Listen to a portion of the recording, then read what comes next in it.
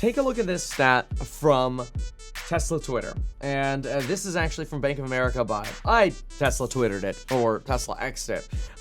This is important. If you're an investor in Tesla, you've got to know about this chart. So I'll read this out and then I'll explain the chart. A few months ago, I warned that Tesla was heavily undercapitalized by institutions. I also warned that last week, by the way, when I reiterated it once again. Tesla's really undercapitalized. In other words, institutions aren't really investing in Tesla, especially after Bank of America released this chart, which we're going to go through in a moment. The chart basically says only about 35% of funds have exposure to Tesla at all. That's like having one share of Tesla, right?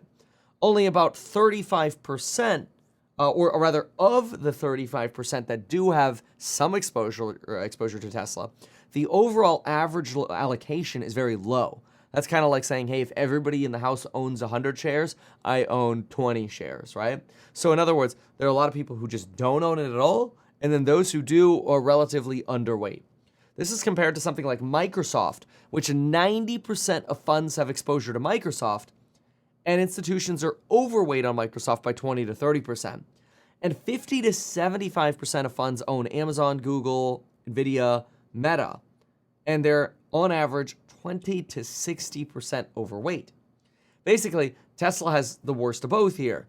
Low amount of funds holding it and a low allocation within those. Now, that could actually end up being a good thing for current buyers because when sentiment changes, more institutions have to buy Tesla, more institutions have to increase their allocation who have already bought Tesla, and all of it leads to more buying pressure on Tesla. Bottom line, it's bullish. So here's that chart. This is straight from a Bank of America report. We generally go through these reports every single day. This one we definitely bookmarked and wanted to keep an eye on because we thought it was so incredible. It basically just depicts what I've described here and shows you how Tesla's there at the bottom left. That bottom left, again, representing the lowest portion out of all of these companies listed here. It is the least allocated mega cap. And then within being the least, or within all of these stocks, it is also weighted the least, although it's somewhat similar to the weighting there of Apple, though many more funds have exposure to Apple at somewhere around maybe 60% of sort of the market's weighting. So I found this very interesting, putting Tesla all the way at the corner over here, whereas you put Microsoft at completely the opposite corner. You've got Facebook over here at nearly the opposite corner as well. I originally thought that Apple was actually over here at not only in basically everybody's fund, but also heavily allocated. But it wasn't actually that heavily allocated. It was just in everyone's funds. It was more the Microsoft, the Amazon, the Google. And some argue that this is actually because Apple hasn't really embraced the idea of, oh yeah, let's pitch AI as much as everybody else is pitching AI, and that they may have left some money on the table as a result of that. Though many just argue, no, Apple's being realistic, and they have artificial intelligence, and they have language models, and they incorporate this into what they do. They just don't like to call it, AI for the sake of trying to pump the stock. So it's one thing that on the flip side, people actually say, all right, well, maybe that's respectable, Apple. Thank you. Either way, this Apple event will obviously be a big deal for Apple, mostly because there are, at least in my anecdotal world of what I'm hearing from institutions or commenters on this, it seems like people are more bearish on this Apple event than any time before. I will say, after having gotten a new iPhone every single time since the original new iPhone, this is the first one where I'm like, do I really want to, go through setting up yet another phone, or going through and getting all the different, USB-C cables where I have lightning cables set up? Do I really want to get a new dock for it over here where it sits on the desk? Do I really care? I have an iPhone 13 and a 14 right here.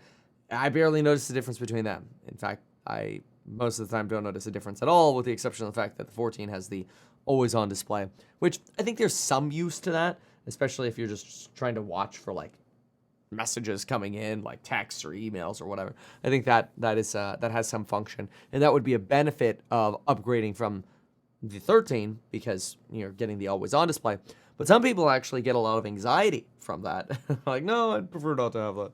So anyway, but back to this idea about Tesla here. This overall is a great thing for Tesla. And we touched on this not only last week, but we touched on it months ago. We touched on it yesterday. But one thing that is worth highlighting, which we also talked about yesterday, is good old Jim Cramer. Jim Cramer saying he does not like/agree with the Morgan Stanley price target hike of Tesla. Was actually, in my opinion, extremely bullish for Tesla. So it looked like a few of you also agreed. Some of you in the comments went as far as saying that Jim Cramer saying that was actually more bullish for Tesla than the analyst upgrade itself. Well, if you needed yet another reason to love Tesla, folks, here it is. Once again, a study put together by MarketWatch now suggesting that it is basically very likely that Tesla's insurance division, again, vertical integration here, it's not just making your own chips that make the AI and having the cars where people train your AI, where the people are basically the robots. It is now Tesla Insurance that is potential. Don't even get me started on Tesla Energy and batteries. You remember they bought out or they created their own in-house inverter for their solar panels so they could stop using SolarEdge's inverter. Whew, Tesla's a real competitor, even to companies like Enphase. Anyway, so what about Tesla Insurance and what is MarketWatch telling us?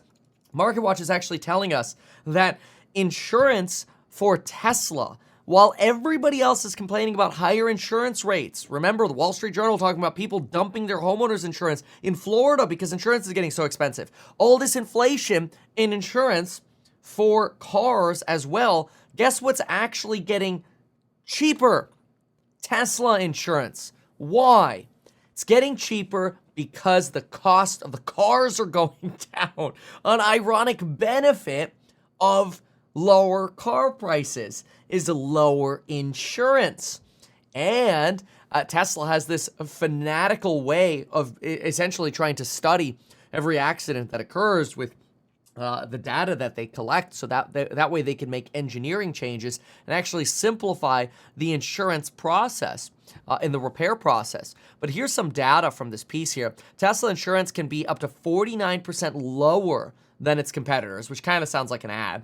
The only ad here, though, keep in mind, is the fact that coupons are expiring this Friday, and prices for these core courses are going up. But anyway, as we provide more value, of course, that's the goal, right? The goal is always prices go up as we provide more value for them. Lifetime access to those courses, by the way.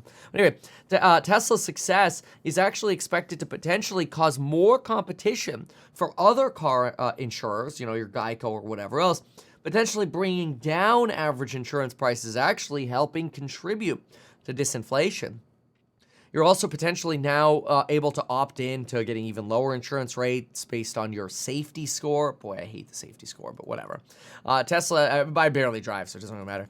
And Tesla's entry into the insurance market is really obviously, waking up other insurance companies that, okay, we need some of these telemetrics where we actually give people discounts based on how well they drive.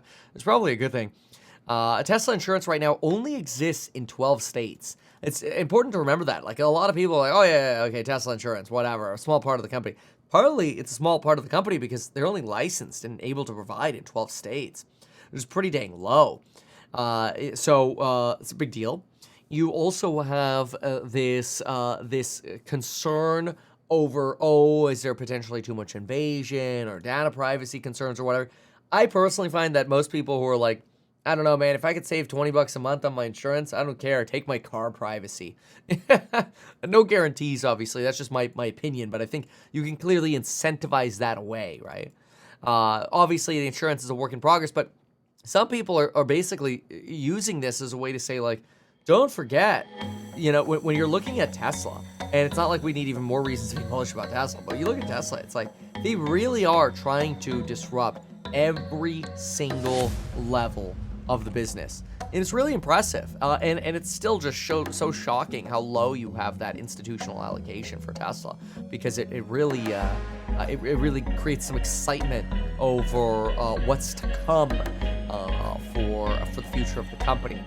So we shall see. Why not advertise these things that you told us here? I feel like nobody else knows about this. We'll try a little advertising and see how it goes. Congratulations, man. You have done so much. People love you. People look up to you. Kevin Paffrath there, financial analyst and YouTuber. Meet Kevin. Always great to get your take.